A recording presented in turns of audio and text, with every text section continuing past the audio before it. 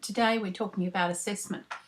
This is really one of the most important aspects of our teaching, and there are two specific types of assessment that we work with. We have the formative assessment and the summative assessment. Formative assessment is when we are collecting information. We're assessing the students so that we can develop strategies to help them, that we can get a greater understanding of where they're at and how to move ahead in the development of those students. The assessment of learning, or summative assessment, occurs at the end of a unit of work or at the end of a year or a semester when we're trying to find out what the student has learnt.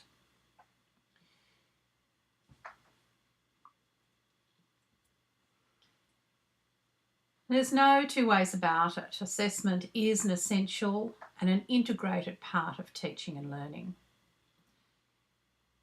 We base our assessment on the belief that all students can improve. So assessment will involve us in setting goals with the students, helping students to know and recognise the standards for which they are aiming. It's important that they know what our expectations are. We also involve them in self-assessment and peer assessment. Of course, in order to do this, they need to understand what their aims are and what their goals are. For this assessment to work, then we need to provide feedback to help them understand the next steps in learning and to plan how to achieve them. It's a big task for us. It involves teachers, students and parents in reflecting on the assessment data that has been collected.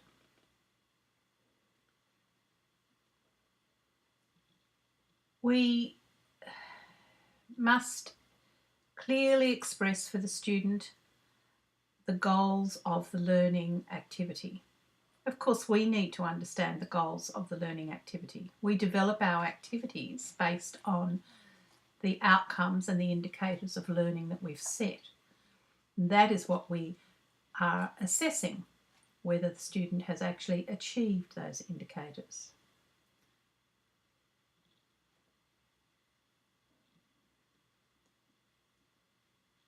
And of course, we need to follow up and provide ways for the students to use any feedback we give them from assessment. We're consciously helping students to take responsibility for their own learning. And of course, we need to be reminded that assessment is inclusive of all learners.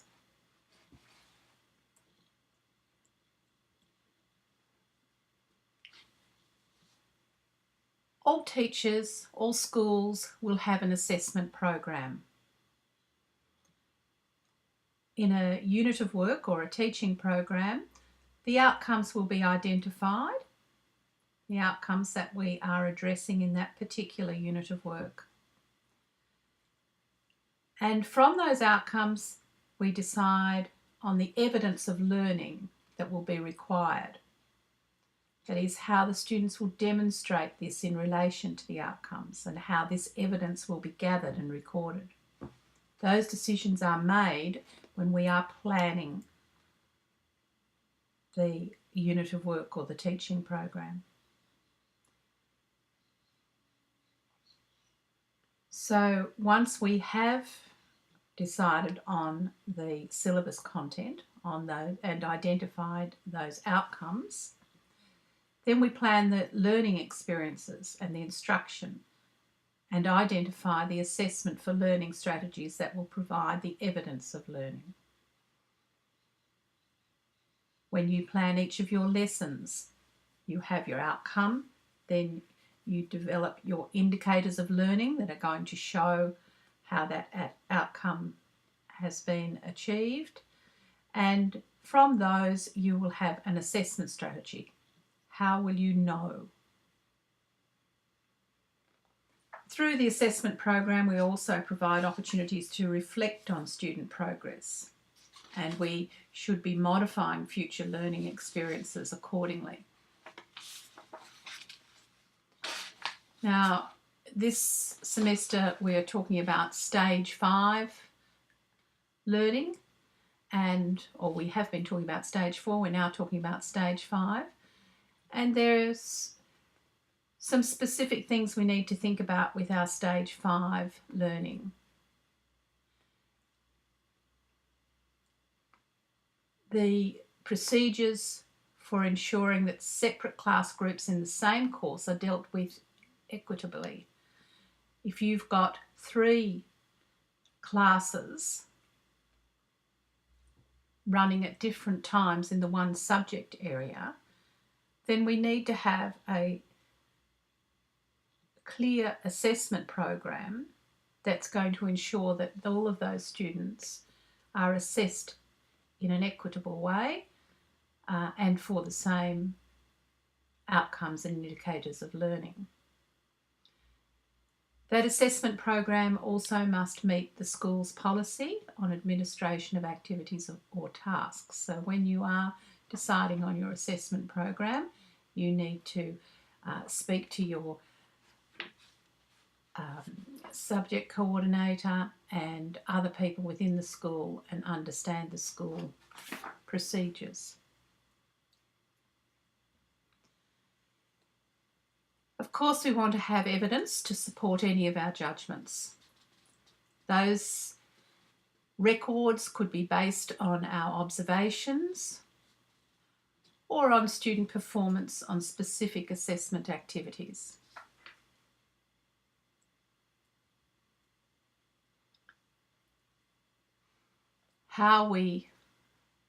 Yes, we do need to keep assessment records, and they are a very important part of our teaching.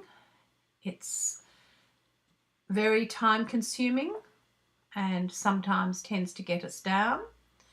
But although our own professional judgments are accepted in assessing our students, it is always helpful to have kept records throughout your period, your year with those students, so that you can justify your judgments.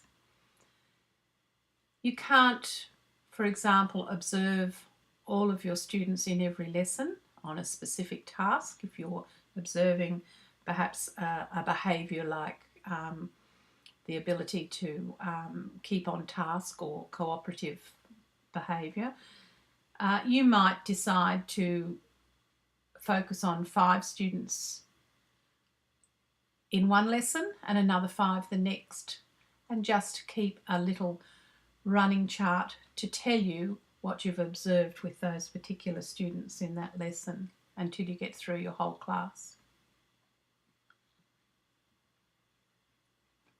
Reporting assessment will depend on the school. There will be key points in the learning cycle where you have to formally report your assessment to parents or to the school or to the students. Perhaps at the end of a semester or a year, or whenever the school chooses to report. And you'll be reporting on the levels of knowledge, understanding and skill demonstrated by the students. Now, assessment strategies. That's the part that we need to think about. How are we going to assess our students? Well, the first thing we have to think about is that whatever assessment strategies we are using should meet the requirements of the syllabus. So we must be able to explicitly state the purpose of the task and ensure that it addresses the outcomes. Assessment is happening all the time. We don't always record it, but it's there all the time. That's what we're on about. We're on about checking to see if our students have learnt. It's integral to the teaching and learning that we are involved in. Our strategy should show a clear relationship between the outcomes and the content being assessed. Don't just assess on something for the sake of it. We want our assessment tasks and strategies to allow the students to demonstrate their extent of knowledge, skills and understanding in an appropriately challenging way. It's always hard to find different ways to assess that are going to challenge our students. Our strategies will focus on what was taught in class and what students were informed would be assessed. No surprises. We want to provide opportunities to gather information about what further teaching and learning is required for students to succeed. We want to be fair, and we want to be able to provide valid and reliable evidence of the learning.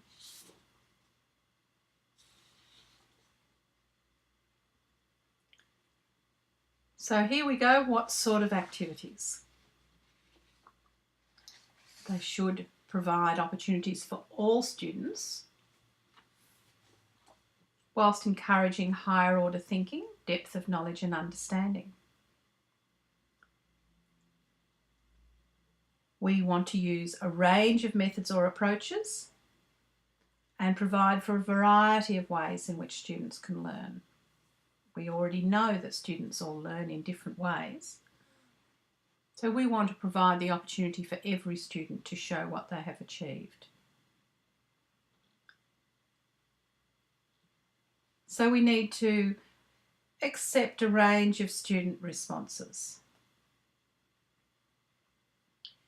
The activities that you decide to use should help you determine if the students are ready to move on to the next stage in their learning. As a teacher, you are making those decisions based on your assessment of each student's learning. And of course, they will move at different stages.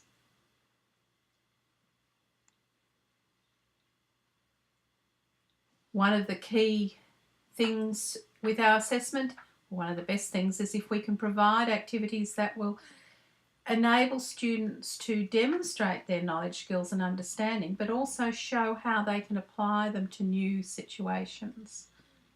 We want to avoid that opportunity to just regurgitate knowledge.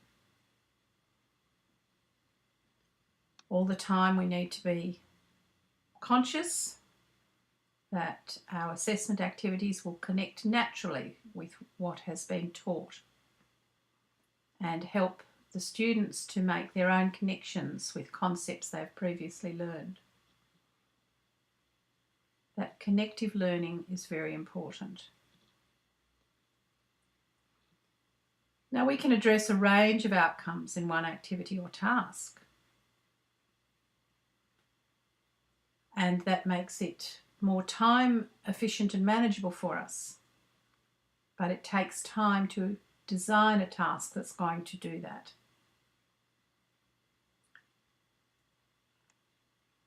It's important that we explicitly describe the expectations and the requirements of the activity or task to the learner.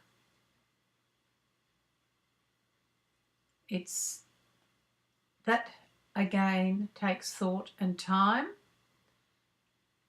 We sometimes expect our learners to instantly be able to understand what we want, but remember that they are all different, and even as adults we find that at university. Some students will understand what the requirements are and others won't. It's very difficult to assess learning if the student hasn't understood what the aim of the task is. We want to engage the learner. We We want to make sure we have worthwhile activities or tasks for student learning, and ensure that they can see some relevance in what they are doing. Students are very easily turned off by testing for testing's sake.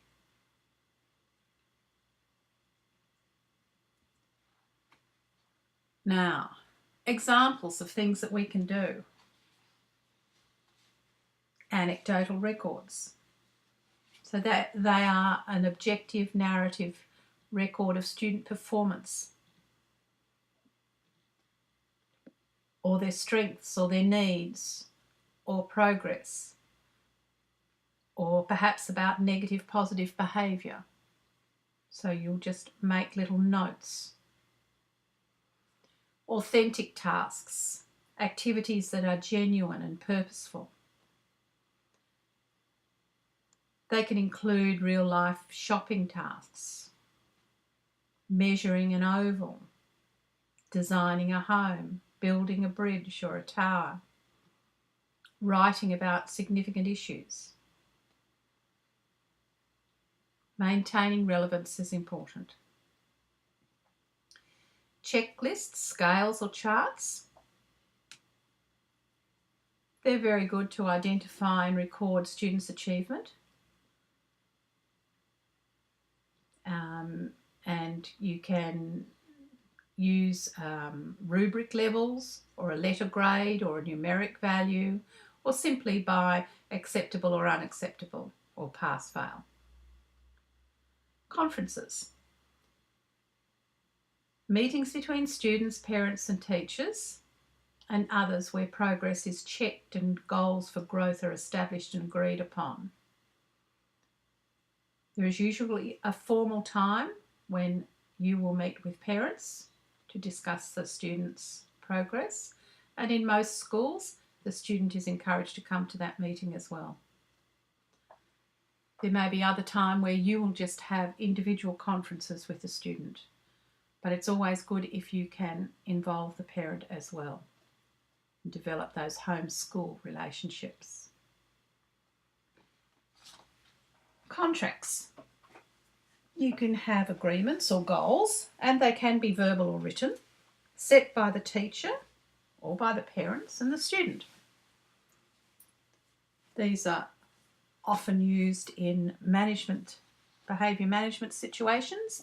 They can also be used to assess learning and understanding. Games. Don't underestimate games as an opportunity to assess your students. And kids love games. They respond to the competitiveness, mostly.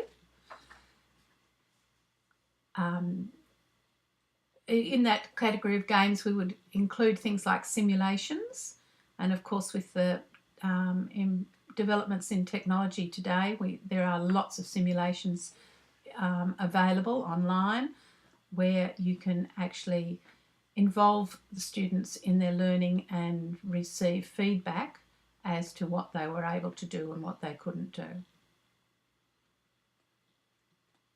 Diagnostic inventories. These are students' responses to a series of questions or statements in any field, either verbally or in writing. These responses may indicate an ability or interest in a particular field. That's the common testing regime that we're used to. Peer evaluation has its ups and downs, but assessment by students about one another's performance relative to stated criteria and program outcomes can be a very useful technique. Unfortunately, emotions, friendships, those sorts of things often come into peer evaluation. It's very important, if you're using peer evaluation, that you have specific criteria that the peers are going to be evaluating. Portfolios. This is a very common way of assessing students. We do it in our subject area where students develop a design portfolio, and that's used to assess the processes that they have gone through in their project. You can also collect just various aspects of the work. At one stage you might be specifically looking at the student's ability to develop different ideas, and you may just collect from every student the sketches that they have made in their project so that you can make an assessment on that particular aspect.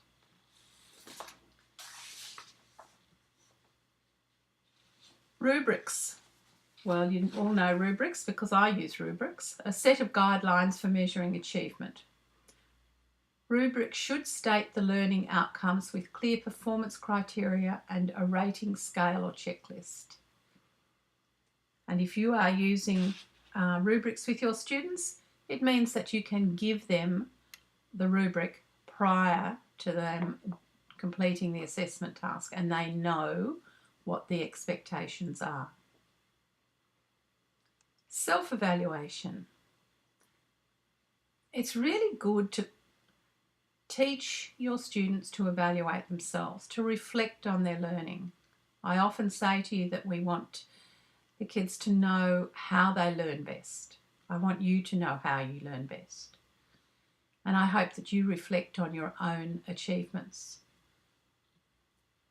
If we can encourage our students in self-evaluation, then I think that they will be able to analyse their own learning and to develop ways to improve it.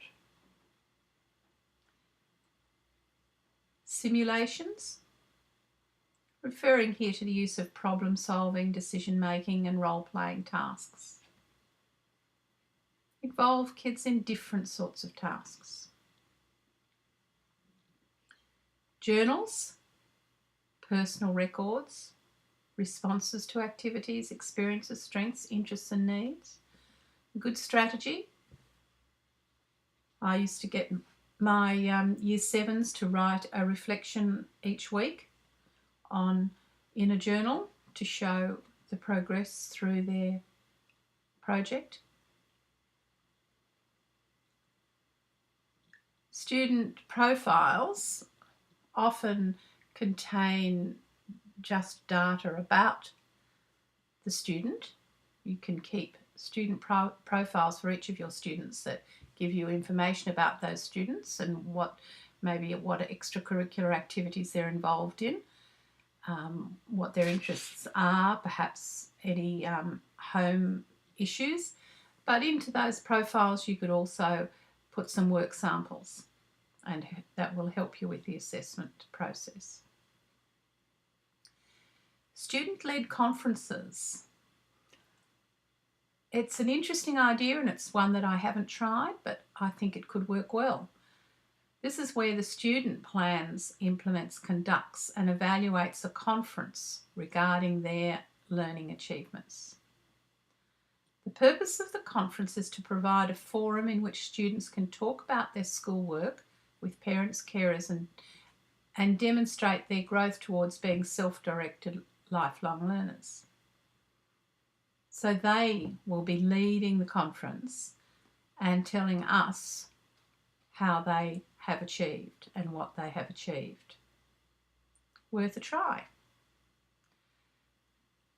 Teacher observations, happening all the time, a really great way. We learn so much through observing our students.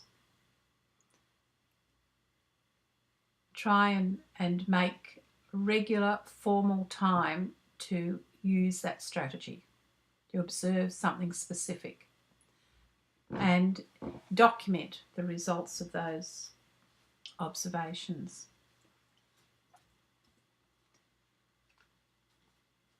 Feedback. Well, the answer to that question about importance, crucial. No sense in assessing students if the only person who has the information about how they went is you as the teacher. Kids need to know how they are going. parents need to know as well.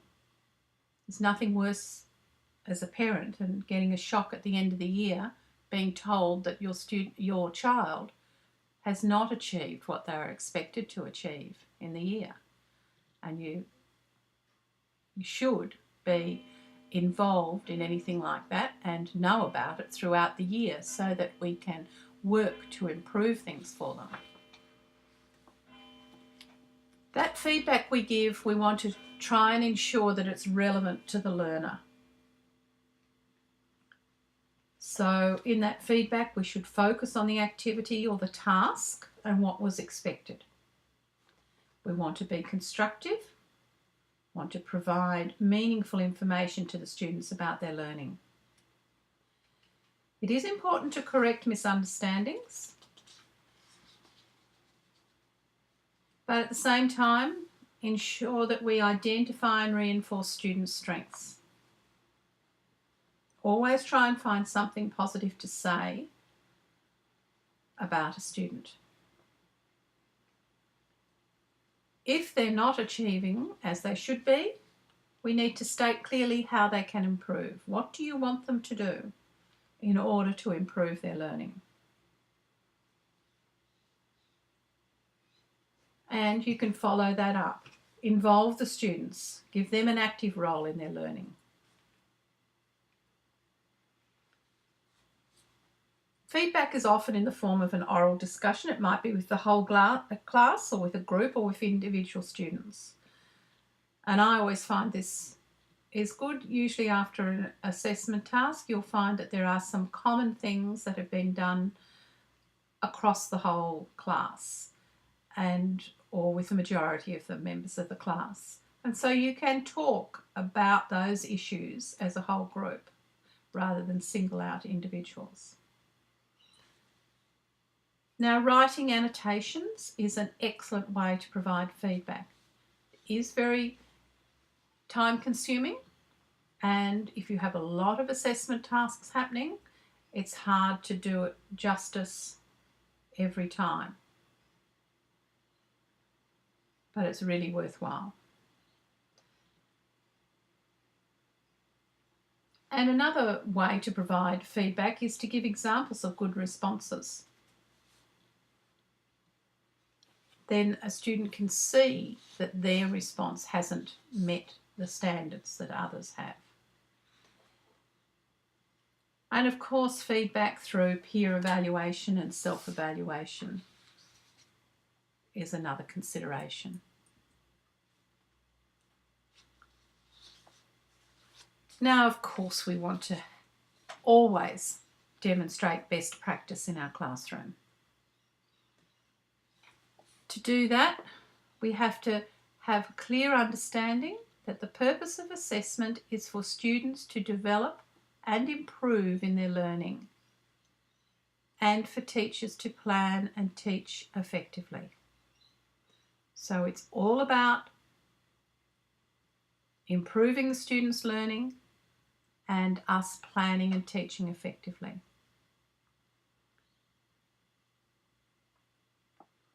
Now, diagnostic tools should be used to determine what the students already know, what they understand, and what they can do. That's what assessment is. What do they know, what do they understand, and what can they do? We should provide ongoing assessment through a variety of tasks and strategies. There should be both formal and informal assessment so that sufficient evidence is gathered to make sound judgments about the individual student's learning. We need to differentiate our tasks so that every student in the class feels as if they can complete the assessment task. In situation of best practice, the students are being actively involved in and having some control over their learning. The learning goals are explicit so that the students know what they are learning, why the learning is important, and what is expected from that learning. and how they will be assessed.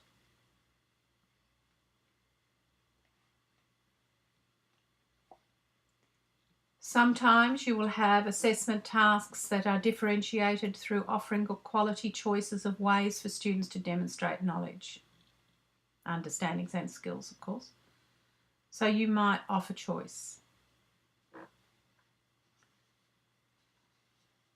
We want all our students to demonstrate their learning achievements. So our tasks and our strategies need to be fair and enable every student to participate. Of course, in best practice, the feedback will be timely and specific.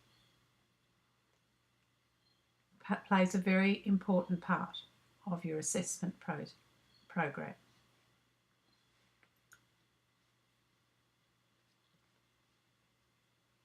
Our assessment tasks should be integrated. Students should be able to see how they fit within their learning program.